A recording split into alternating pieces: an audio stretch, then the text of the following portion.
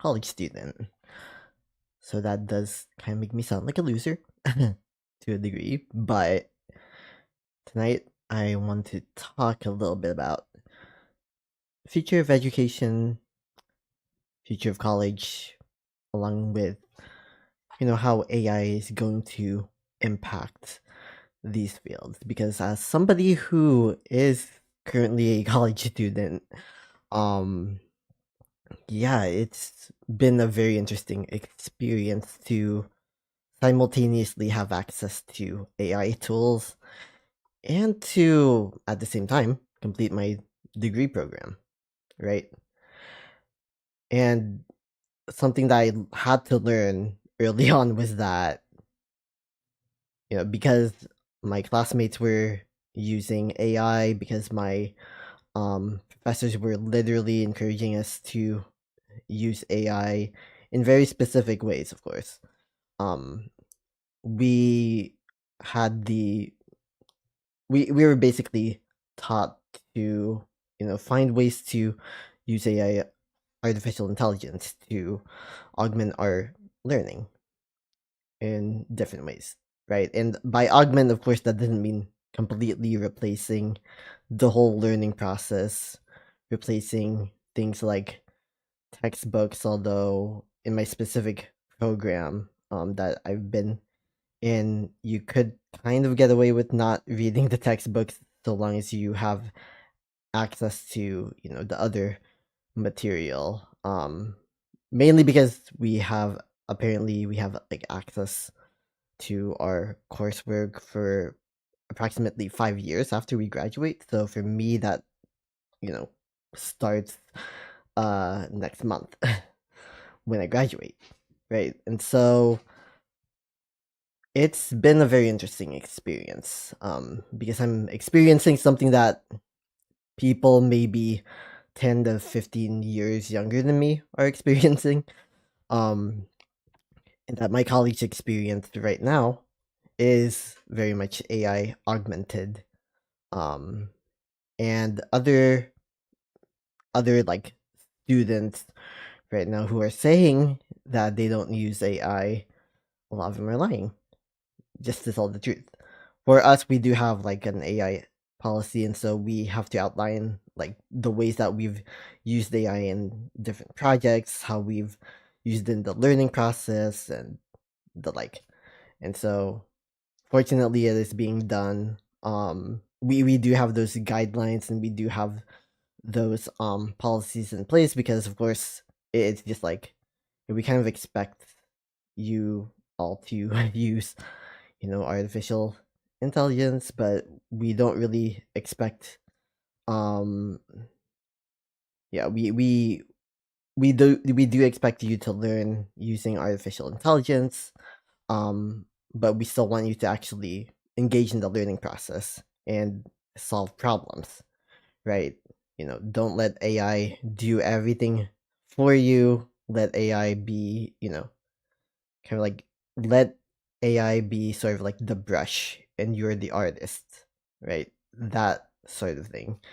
Um and so yeah, that's really how my experience with AI has been so far in the course of my current masters in data science program, which again I graduate from next month as a 32-year-old student.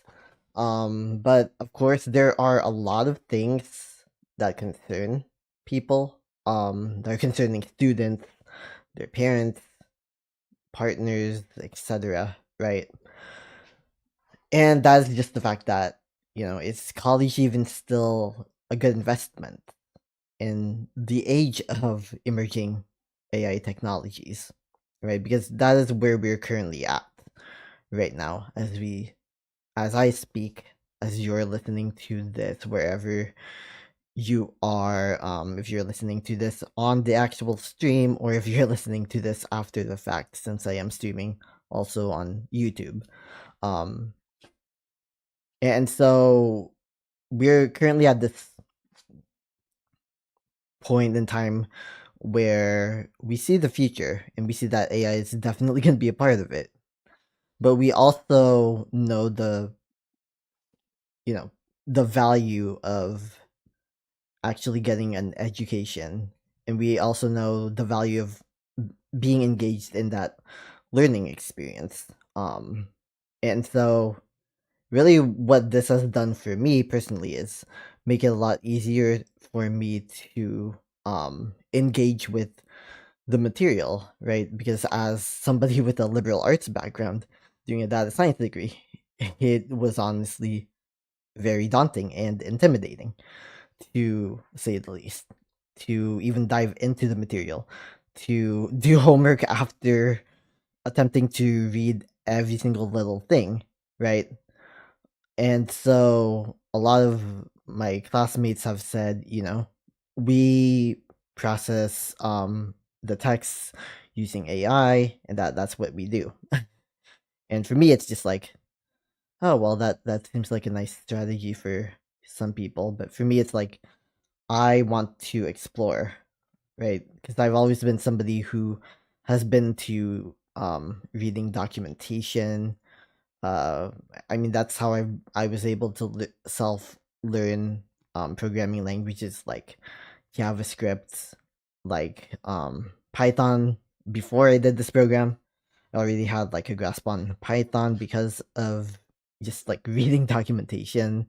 um I've even dabbled into different like web design libraries, but before this program I've never actually used like libraries to do all that much, right? And so that was kind of something that I wanted to learn how to do, and that's why I joined the program that I did, right? Because AI, it can help in the process of like figuring out like which libraries might be the best to use for a specific use case, but it may not necessarily have like all the answers in terms of like it's kind of like an executive decision that you have to make yourself, that you yourself have to make as as someone who's trying to build something, right? And so the reality is that like, if you're at that position where you're trying to build something, you need to make sure that it's sustainable, that it works. And yeah, you can probably ask AI to, help you decide on like weighing the pros and cons of using like this library over another. And this is of course like very much specific to programming and data science and those types of fields where you do have to know like Python or another programming language. And you can of course ask a chatbot pretty easily like, you know how's this, is this going to be a sustainable thing to like in terms of upkeep, right? You can ask it all of those questions, but if you don't know how to implement what it tells you, then you're still in trouble. You can't be a data scientist, you can't be a data analyst if you don't already know how to implement those suggestions, right? And that's kind of where it helps personally. There are a lot of people who really should not be going to college, right? Or university. So really it's a matter of to each their own. But personally, if you're trying to learn something like data science, you want to learn it correctly and you want to learn it in a scientific way. You want to make sure that you actually know what to ask and how to find those answers.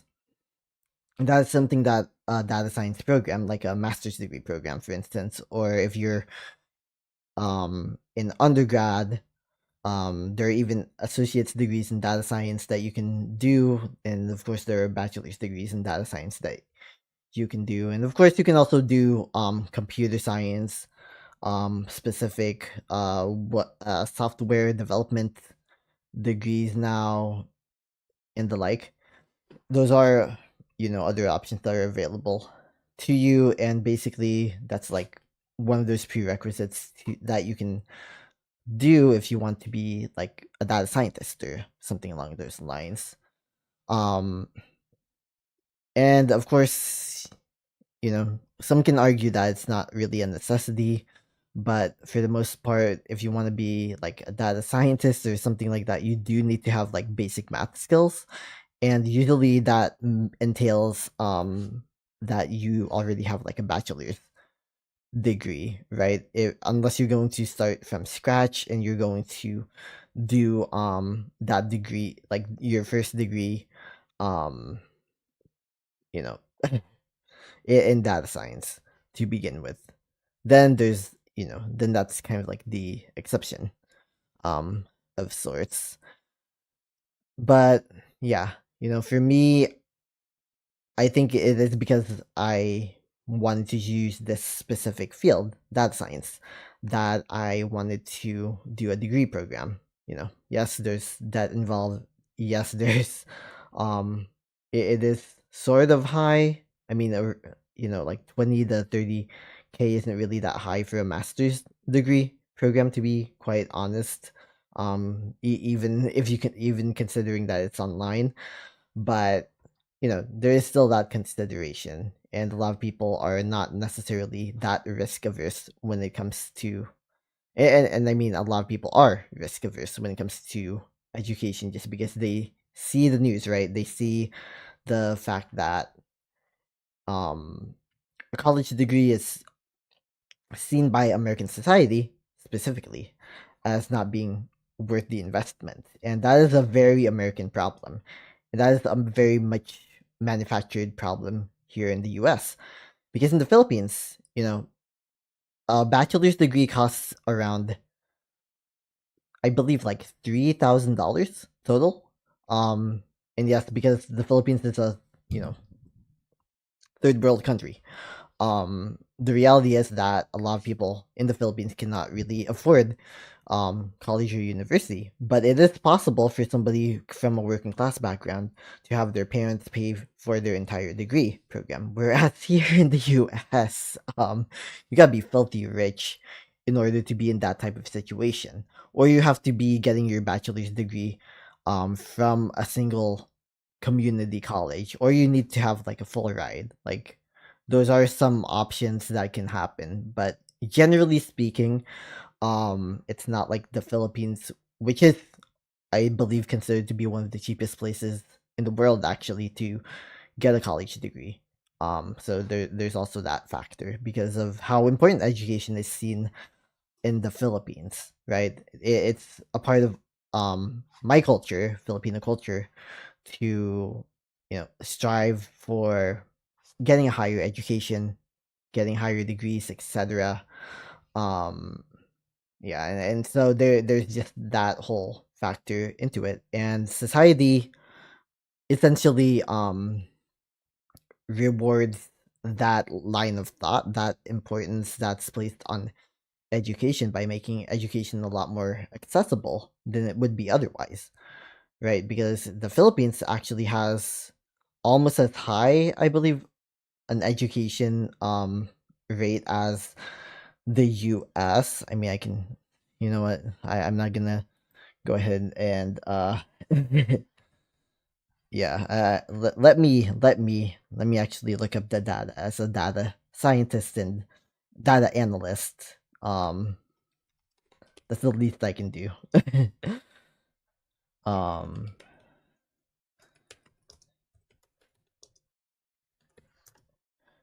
that's probably not a good like way to ask this.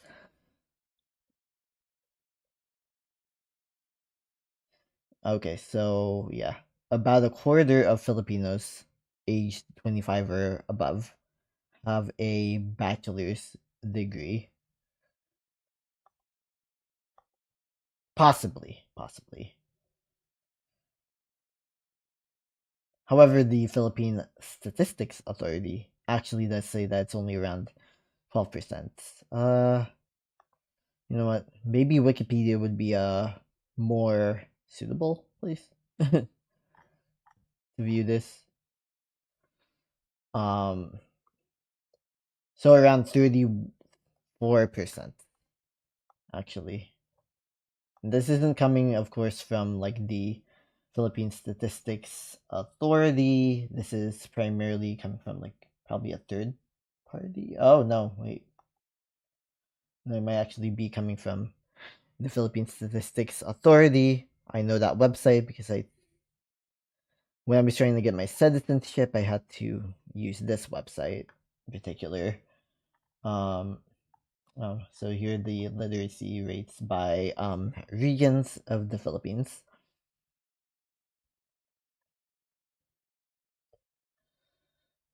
My parents' home region is here. Okay, well, 98%, over 98%. And honestly, the Philippines has always had a pretty high literacy rate, even during pre-colonial time period. So this is not a surprise. If you're wondering about this portion, this is the most impoverished region in the Philippines, and that's why there has been a huge separatist movement uh, here in this region, Ban, Bansamoro. I'm butchering that. Anyway, um, yeah, college degree attainments.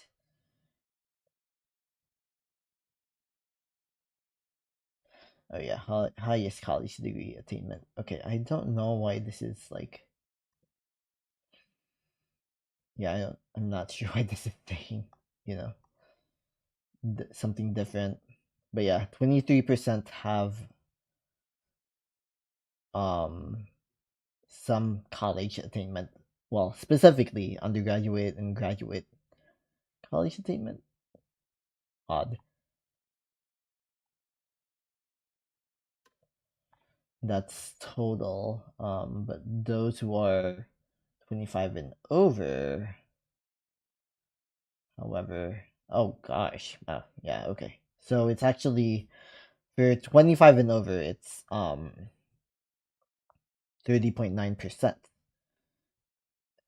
However, for those who are between 20 and 24, because in the Philippines, the age when somebody graduates from high school is around the age of 16. And so by the time that they're 20, they most likely already have their bachelor's degree. And so for that age range of 20 to 24, it's actually closer to half of that cohort. And so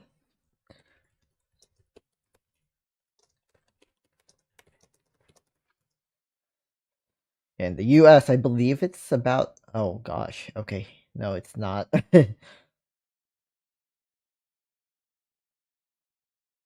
Yeah, okay. So 49% have a post-secondary credential, which means, you know, something beyond a high school diploma. So that really just means like yeah, it can mean an associate's degree. I have one of those. Bachelor's degree, I have one of those. Kind of proud of that now. Master's degree, I'm about to have one of those. Oh well, of course I have a high school diploma. Yeah.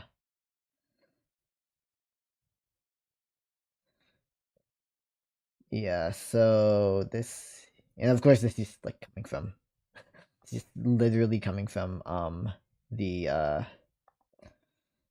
the AI.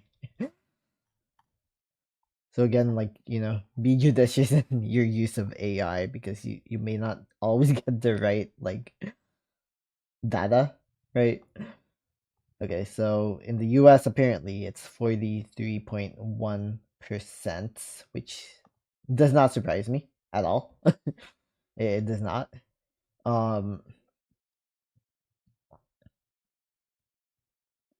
Yeah, so about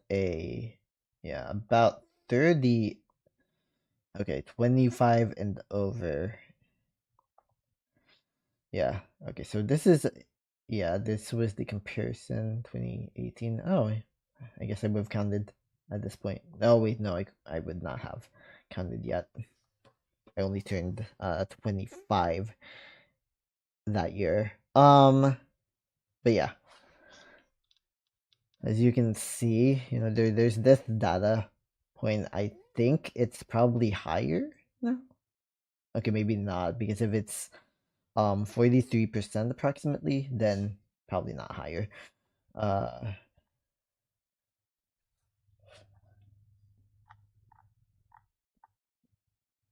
yeah. So of course you can disaggregate this data based off of immigrants' um educational attainment rates.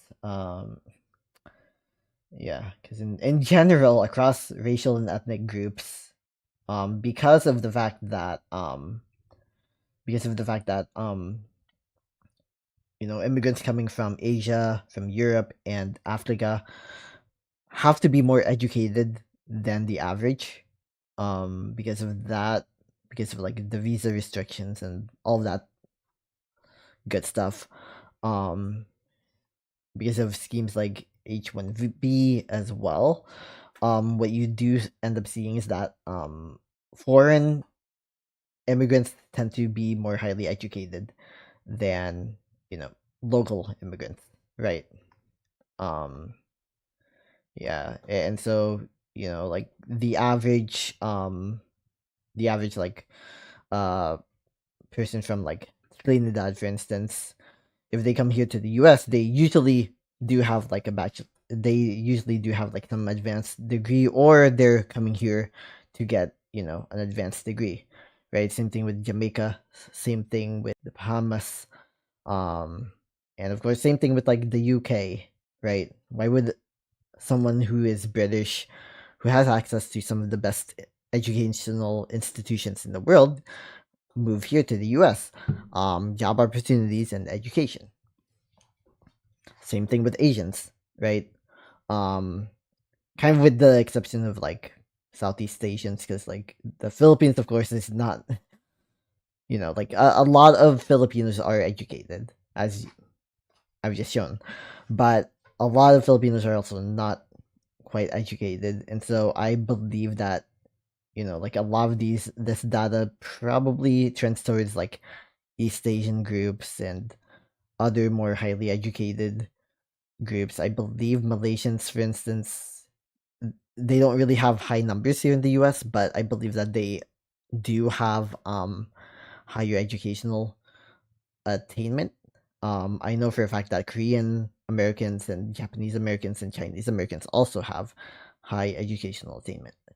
But yeah, that's kind of what skews to that in both ways, and of course, because of like the model minority stereotype, that's why even though native even though American born Asians end up having you know don't get degrees at as high rates as foreign born Asians, you know we have to impress our parents, right? um and so yeah, that's kind of the primary motivator. Because like my father, he wants me to like go all the way to law school, even though like my interest is literally in like um political science and that sort of stuff. Um, because he's like, yeah, you have to do better than me. I'm like, oh my gosh.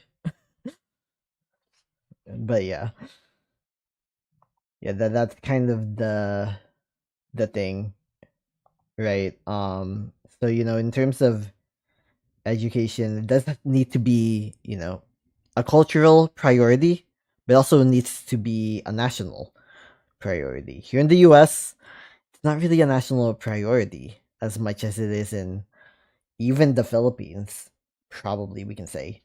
Um, you know, at least in the actually, you know what? Let me do this.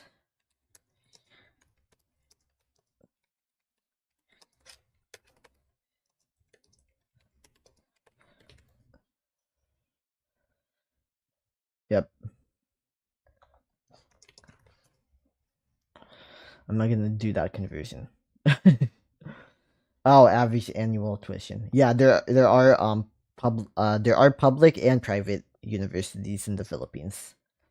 And so that kind of skews the data, right? Yeah. Yeah. So yeah, public universities are far more affordable. If you go to a place like the University of the Philippines, Open University, um yeah, which does offer degree programs, but you have to like for the bachelor's degree level, you have to like pass like this extensive examination, considered like one of the hardest exams. Really the hardest exam in like the Philippines, in the Philippine education system. But if you already have a bachelor's degree, you don't have to do that, thankfully.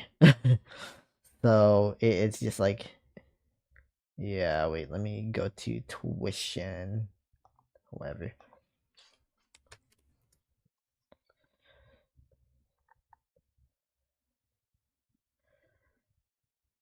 Okay, weird. Yeah, usually if I do a search, well, to be fair, I haven't searched for the tuition fee all that long. See, that's why people use AI. That's why people use AI. That's why we use search engines to augment our findings and stuff like that. But yeah, yeah. If you are, oh yeah, application fee. So that's like the equivalent of like I think below $10. No, that can't be right. Oh wait, no, yeah, I think it is. Yeah. Yeah, it's like around $10 or $15 for Philippine applicants, and then $100. Because I am interested in like one of these programs, so I'd have to fork up that much. That's kind of a lot, but whatever.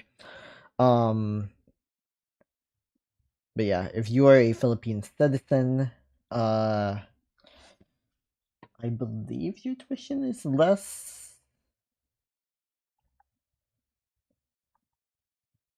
Oh yeah, yeah, yeah. Yeah, it is less if you are a citizen because you don't have to pay this educational development fund, which is only applicable to non-Filipino students. However, look at the cost per semester, 150 per semester. And of course, like this comes with the assumption that you complete your degree in 4 years of you're trying to get an undergrad degree. Yeah,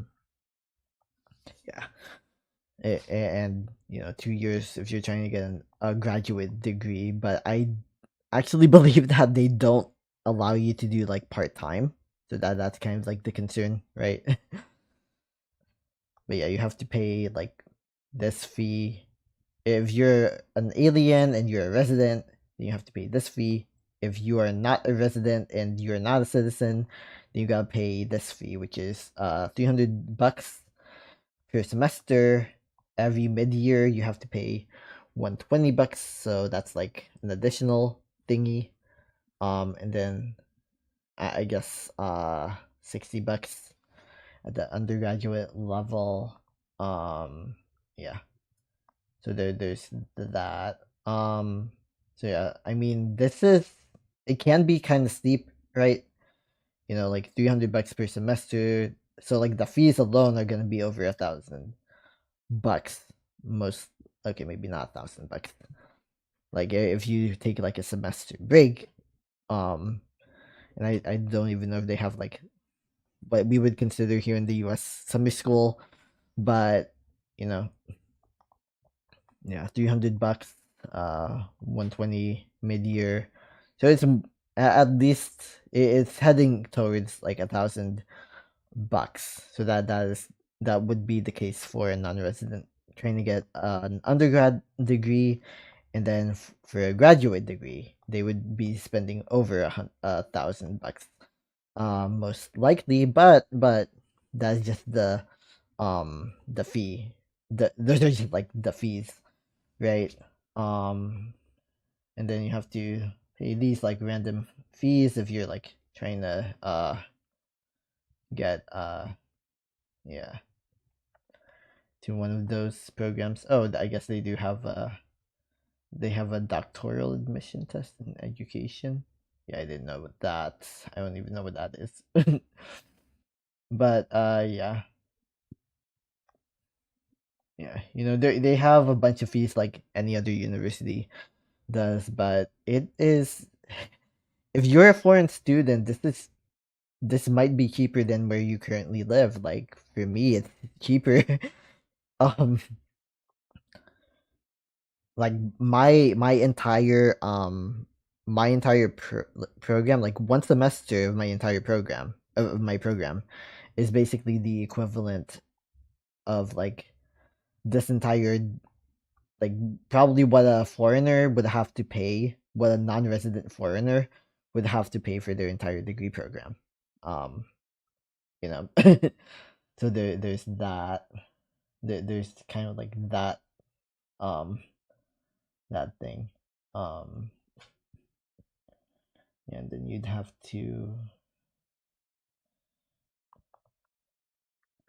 yeah, and like PHP is that like $50? Yeah, it might be. I don't know if this is per credit outright. Yeah.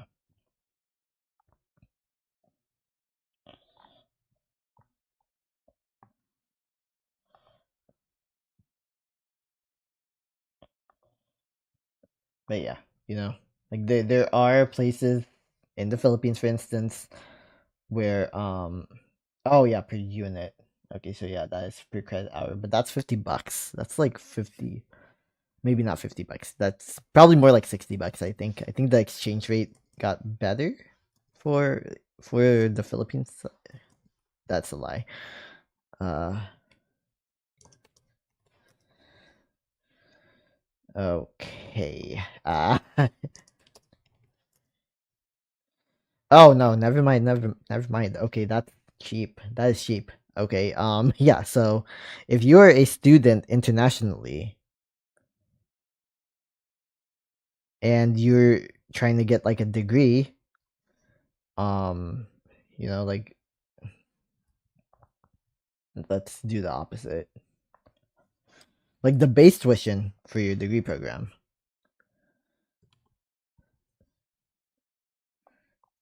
Shoot. What the heck? Um, so 1,000. So this is per unit. So this is $17. $17 for a credit unit. That is not the case here in the US at all. That doesn't even pay for the application fee here in the US for a public university. But yeah.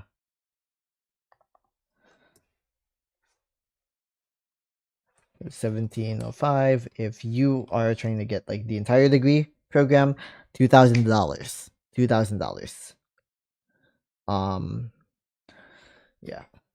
So if I had gone here, if I had been smart enough to have taken that test and gone to this university, um yeah, I would have like $16,000 left, like less in student loans. So that's a news flash, right? Like even though of course like per capita income in the Philippines is low, right? And so this can be a lot of money for students, but even Philippine students consider this to be relatively cheap, right? Relatively a good deal, and plus they um a lot of Filipino students who work like full time or whatever, they go to uh I think they call it upo or whatever, because of how cheap it is, but also because of the brand name, because the University of the Philippines is ranked like within the top 500 universities in the world, which doesn't sound all that impressive. Maybe to like some people, like if you go to like even like the school that I'm going to right now, which is Boston University, um, they're ranked like within the top 100 consistently, and so granted there are like those like nuances, but Um, if all you're trying to do is get a degree, that's an option. This is an option. And other than like, I guess maybe WGU or the University of the People, I can't think of any program where you can get a bachelor's degree for like 10K basically.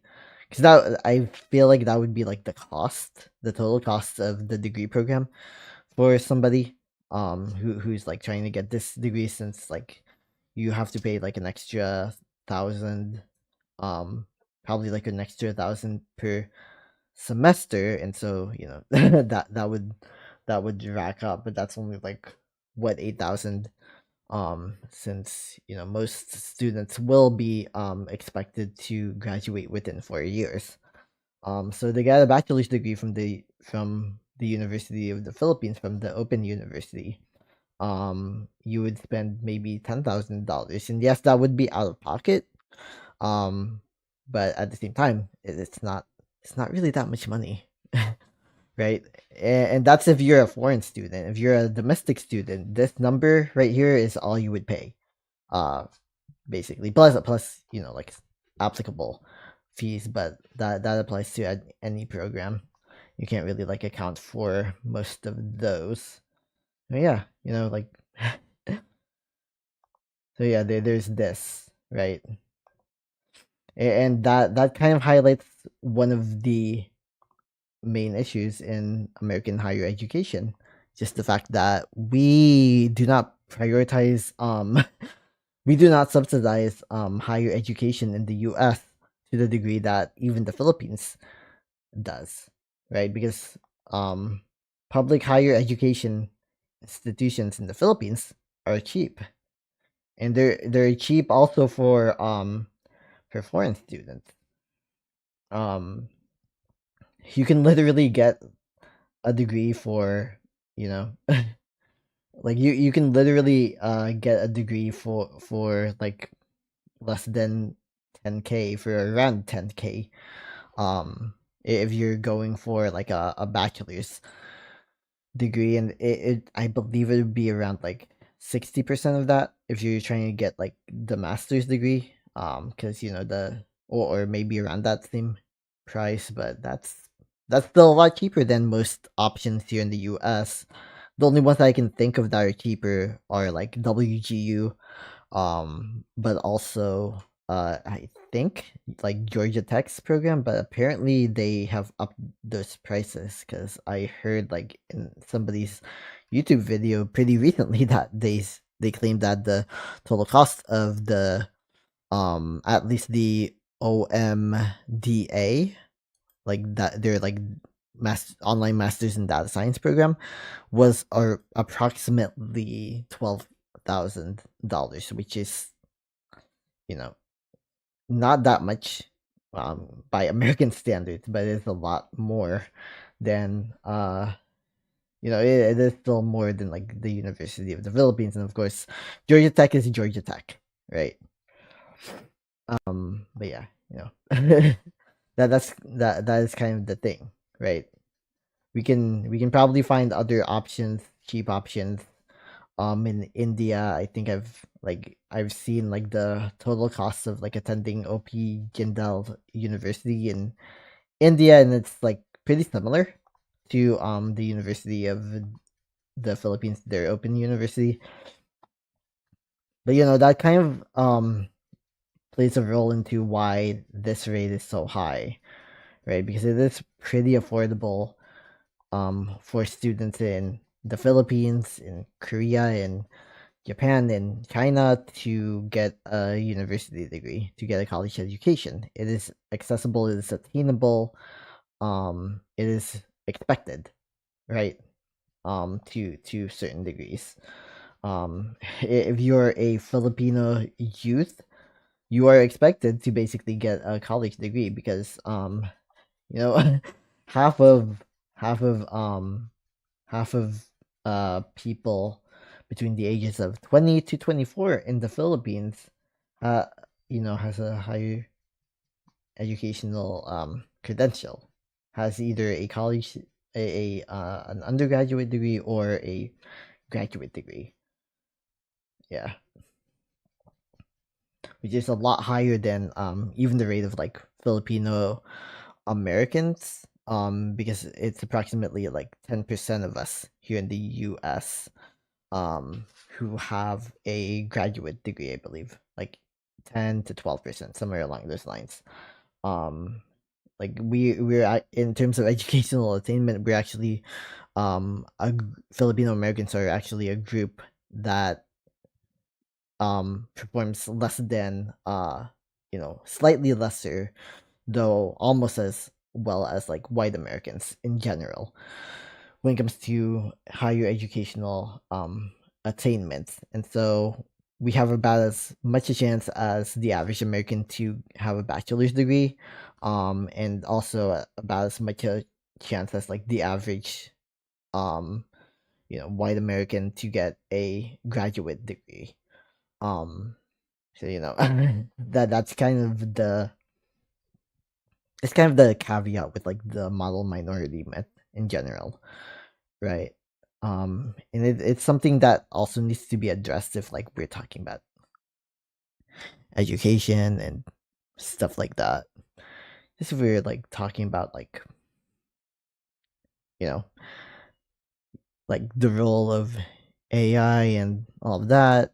That I'm pretty sure in the Philippines, for like UPO or those other universities, they probably will not allow that type of use case. And of course, like a lot of us, like personally, I don't plan on going to like a STEM degree program in um when I try to apply for that university, because I because they have a master's in ACN studies. So ACN, the Association of Southeast Asian Nations, they have like this con- conglomerate of like universities that host the same degree program. Uh, and as somebody who is getting my political psychology degree starting next semester, next year, obviously this is of interest to me. And I would do this, but I also know that like I need to have like the proper background. And so that's why I wanted to get like the political psychology degree, because I eventually want to get this degree and I want to make the best use of it as possible, which I can once I have my data science degree, which I'm about to get. And then once I also have my political psychology degree, which I'm going to be taking the coursework for and hopefully graduating by the end of 2027. Um yeah. I'm getting that one from ASU. I guess in terms of like rankings context, ASU is around the it's anywhere between the top 150 to top 300 universities in the world, which is actually surprisingly high to me, because like back when I was a high school student, it was known as ASU was known as like a party school, but now it's no longer. It has long shed that reputation, and it's actually pretty high, well ranked, even like globally, and apparently, it's one of like those universities where like globally a graduate of the university has a pretty good chance at like getting work and opportunities and stuff like that. So I'm pretty happy with the decision I made of going there. I do have to like talk to the financial aid at some point next week, maybe, to ask them like, what any of those numbers meant. But yeah. Oh yeah, and I also got my internship. I also got an internship, so that's neat. And that's kind of like my first step, my first foray into the public policy, political arena, so to speak. So I'm pretty excited about that opportunity. I know that I'm gonna have to like change a lot of things in my lifestyle, like the fact that I'm awake at 2 a.m. or like the fact that I'm very introverted. I don't currently drive, etc. That type of stuff. So I'm gonna have to change some of those things, but overall, I know that this is what I want to do. Because ultimately, I do want to do this program as well, Master of ASEAN Studies.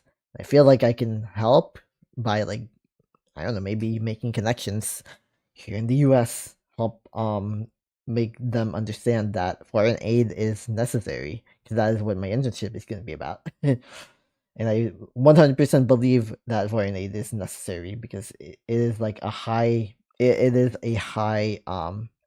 It's not really as that high a risk of an investment, but it is a high return investment for the American people. And I am American, even though I'm also Filipino. And I also qualify as having Filipino citizenship. I just don't have the paperwork to prove it, but I do qualify. Once my parents do what they have to do, um, they're downstairs, not letting me get Filipino citizenship so I can get in-country tuition. Anyway, but yeah, this is the program that I'm like eyeing after my political psychology degree. Um, though I am eyeing like an associate's in computer science just because like not because I want to waste money, but because I want to learn how to build like something sustainable. Yeah. I feel like I'm probably set to like get a like I probably do want to apply for like a PhD program in like political psychology, media studies, something related like that. But I feel like I'm not gonna want to do that until I get like like this degree done, and until I get like that associates in computer science done, which I could probably get done within like a few semesters because I already have an associate's degree and a bachelor's degree and yeah, and so like a lot of credits are already gonna be transferred over since that's their policy at that specific school, and that school is not like a big school, a well-known school. It's just the University of the People. They're just really cheap. That's how I know them.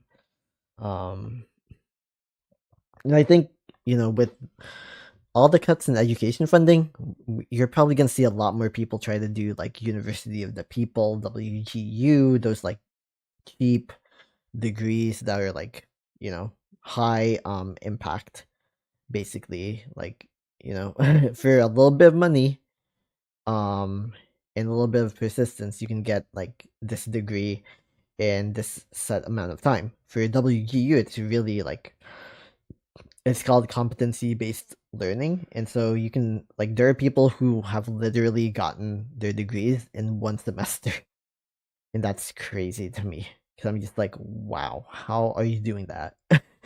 But there are also people who are getting their master's degree within like a few semesters, like 1 or 2 semesters, and of course it's just like, okay, what are you doing? How are you doing that? um but because it's competency based learning, basically if you get an 80 or above, you pass. So they don't really have like actual grades, unlike a traditional program. um and so they let you get a degree faster and for cheaper. And for WGU, if you're able to do like all the study.com stuff, take classes on study.com, pass the classes and get enough like credits in, when you transfer to WGU, then you end up being able to do everything a lot faster, like even in 1 or 2 semesters. One semester is like $5,000, and so you're saving a lot of money by going that route, even if like of course you have to pay for like study.com, those like credits, etc. And so that does add up, but overall like you're gonna be getting your degree in a much faster pace. And so yeah, there's that. I feel like those options are going to be a lot more popular. They really will, just because of People still want a college degree. There are people who still want a college degree. Um, just because there's this like hyper masculinity crisis. A lot of people who are just like saying that they who are like saying that they want to what do you call it? Um Basically they think that a college degree is for women or something like that. Like that is unfortunately an ideology nowadays. And you know even though that is the case, there's still plenty of people who understand that there is a value in a college degree, and it's not necessarily always 100% in the idea of like, you know, I'm getting this degree to get this experience. Or I mean, I'm getting this degree to get this specific job, but rather I'm getting this degree um because it'll help me in the long term in terms of like my career, right? Like a lot of people are getting their first jobs in something that doesn't require a high school, that only requires a high school education, right? And a lot of people have the misconception that getting a degree isn't worth it just because the first job that you get didn't require one. But really, like, getting that first job is about getting your foot in the door, right? And if it's the company that you want to work for long term, you can rise up the ranks. If you have a college degree and you're working in fast food, you can easily become a manager, and you can easily become, like you can show, like, prove your worth. You can show them that eventually you're somebody who is worthy of working in corporates. Um, you know, Something like that.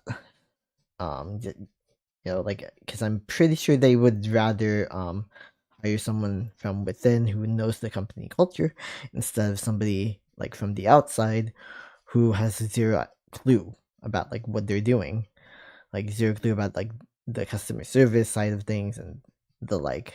um and so that's just one example. And they're not going to waste the money, the time, the resources to make somebody to like replace a fast food worker with AI. This isn't like the chum bucket. This is American employment. um we Americans expect service from a human being, right? That's kind of like a basic expectation that we have when we interact with like with someone, right? Like like we just expect customer service. There's even like been like these like memes about like the Gen Z stare, of course, and just like the idea that like Gen Z doesn't know how to communicate with people, even though like a lot of it is like autism, I believe. I'm just saying. Like, personally, I do the Gen Z stare a lot, and I'm not Gen Z. I'm a millennial. I'm 32 years old, but I do that a lot because I'm just like, huh? Like I'm just like, huh? Like I always feel like talking to people, etc. That's why like the internship is probably gonna be a good experience for me, or it's gonna be the worst experience of my life. Too soon to tell. Uh, but you know, yeah, yeah. That's just like my little rant about college education. Really, like why college education here in the U.S. is like getting messed up. Because like we don't value it enough. We don't value education all that much here in the US. We don't have like the same level of educational attainment as like our counterparts in Europe, for instance, or our counterparts in what let me again let me not like make weird claims like that without like merit. So yeah, Bermuda has the highest rate, which kind of makes sense because it's such a small island. Then there's Canada. About half of citizens in like Canada and Ireland and Singapore and Denmark, Norway, Australia, and France. And we're actually, the US is actually ranked pretty highly in terms of like tertiary educational attainments, number 8 in the world. So that's not that bad. I mean, right? It's kind of surprising because it's like, you know, we're even higher than like South Korea and Japan, who are like around the same at like 41 to 42%. Um, but of course, like it's not that equitable here. If you know what I mean, like by different ethnic, racial backgrounds, you can get different like educational rates, and of course, if you grew up poor, you're less likely to get a college education than you are if you did not grow up like in poverty, right? Um, and see, even Finland, which has the best education system in the world, like literally every ranking, they say that. Only 38% of Finnish people need a college, have a college degree. Um, there is that whole aspect of things.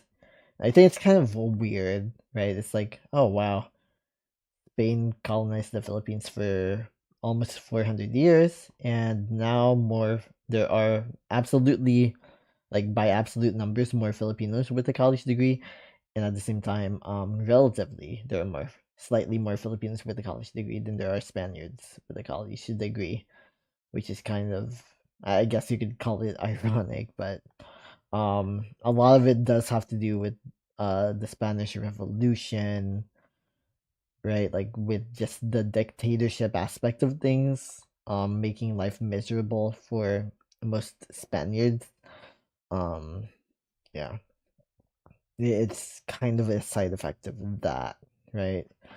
Um, so yeah, I mean, this kind of surprises me because like people like are literally trying to go to Germany to get a college degree, and it's like not even most of the locals have a college degree, or not as many of the locals have a college degree, proportionately compared to like the US or even like the Philippines. So there's that. Um yeah, I believe China's like way down on the list, right? Like the fact that they have the fact that China has uh so many college graduates, PhD graduates, etc., is mainly because they have well over a billion people, right? There are well over a billion people in China, and so as a result, obviously, there's a lot of Chinese people who will naturally have a college degree, right? But the vast majority of the populace is not college educated at all. Um, so there's that. So like just the sheer amount of people that China has is enough to like overpower most countries because they have more college graduates even at that lower rate of like 16%. They have more college graduates than most countries have people, and that's all they need. They don't need to do like, they aren't really incentivized to do like to have like so many more college graduates, though I'm pretty sure that this rate has probably increased by multitude in like the past few decades. Um, you know, like so they could literally just stop at like this point and just call it in terms of like how many college degree graduates do we have? Because us here in the US, we have like almost 100 million people with college degrees, and as a result, we have like societal backlash to college degrees because of like the perception that like we have an overabundance of college degrees, when the reality is that a college degree should be accessible to anyone and everyone who wants it in the wealthiest country that's ever existed in the world, and that's the US. um so yeah. you know, this has sort of been my rant about college education, um, and pretty much how, yeah, I guess I spoke a little bit about AI. AI will replace a lot of jobs. I can say that as somebody who was replaced by AI technically. Okay, maybe not. No, I wasn't replaced by AI. I was replaced by an MSP, that a managed service provider. That was different. Um, and then they'll be replaced with AI, so that's ironic. But yeah. Um, I will be getting my master's degree in data science pretty soon, within the next couple of weeks. And so, as a social data scientist, I can, talk about AI, and I can talk about what its impacts will be on the world, but I don't think I'd be adding too much more to the conversation. I probably would. Okay, maybe I would, because of, you know, getting that education, but like, still. Um, you know, AI won't replace us completely. I will say that. It just won't. It physically cannot. The reason why I wanted to study political psychology next semester is because I knew for a fact, like, the act of delegation, the act of negotiation, those can't be augmented by. They can be augmented by AI, but they cannot be replaced by AI. Those are executive decision making powers that you can only have if you're trained in it by, other humans. That training could happen virtually, that training can happen in person, but you do need that training. And you can't, it's not really the type of program where you can just like use AI the entire time and pass through, right? And that's kind of what I wanted. I wanted to get a degree in something that's like AI proof to some degree, right? Like, there are parts of it, like the quant parts, that are, you know going to be automated, and eventually, hopefully, it'll make it easier to do like statistical analyses on different like political psychology topics, like hate speech, which is ironically what I'm working on for my data science capstone project, which I have like open in a different window. um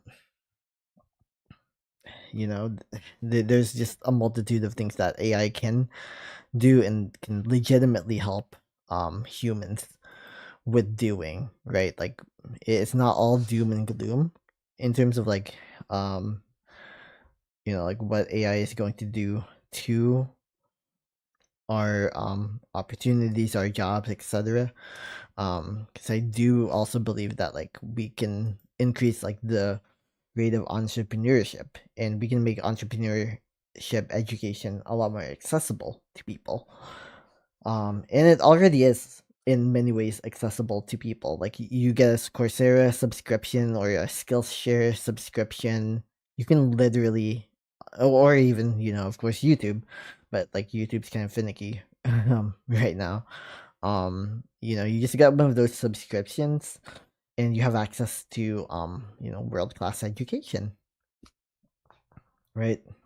Like, you have access to world class education in entrepreneurship and basically any topic of your heart's desire, right?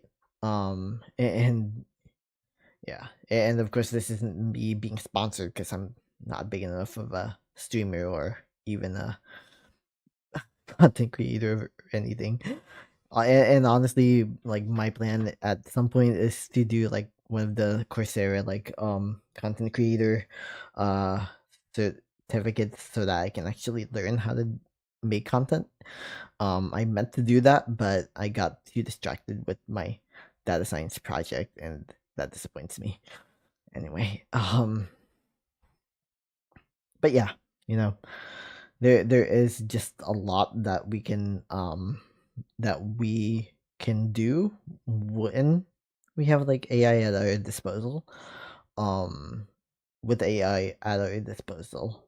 Um, However, of course, we need to make sure that AI is, ethical, as ethical as possible, right? And that doesn't just mean, like, don't be malicious with your personal usage of AI, but rather, what are the safeguards? What is preventing AI from you know, messing up with the kid's head? What is preventing AI from uh doing the worst things possible to humans? Right now, not much, because there have been children who have literally taken their lives because of AI manipulating them, right? And of course, the worst part is that the AI itself doesn't even know that it's doing that. A human needs to be involved in ensuring that, like, they aren't doing that. Um, and then similarly in educations, like, yes, you can use AI. And yes, you can literally use AI to draft your papers, etc. Like, I personally, when I use AI to help me with like a paper, it is never to draft anything for me. It's just like, what are your suggestions for improving my my paper, or like, what is your interpretation of the feedback that I got? Because personally, I got some feedback that wasn't all that helpful, and so I was just like, what do I improve? So now my paper looks completely different from like, my paper for my final project looks completely different from like the midterm project. And the midterm paper is supposed to be like the first draft of the final paper, right? But they graded it like it was like the end all be all. And so I got really, that messed me up, honestly. And so I was just like, you know what? I'm going to completely rewrite this paper. And I have completely rewritten that paper at this point, probably at least 10 times at this point, within the past like 2 or 3 weeks. So, yeah. Anyway, that's what I'm going to do. Now that I guess I'm done. I don't see any chats, but whatever. um, yeah. Anyway, thank you for watching. This was like a really long rant. I was supposed to use these headphones, but I forgot to turn them on before I started to stream. Anyway, yeah. My little rant on education, how AI is gonna be impacting it, why education is in the state that it currently is in, etc. Whatnot. Yeah. Thank you so much for watching. Take care. Have a good one. Whether you're watching in my current stream, or whether you're watching this for some reason on YouTube, right? Thank you. Salamat. Take care.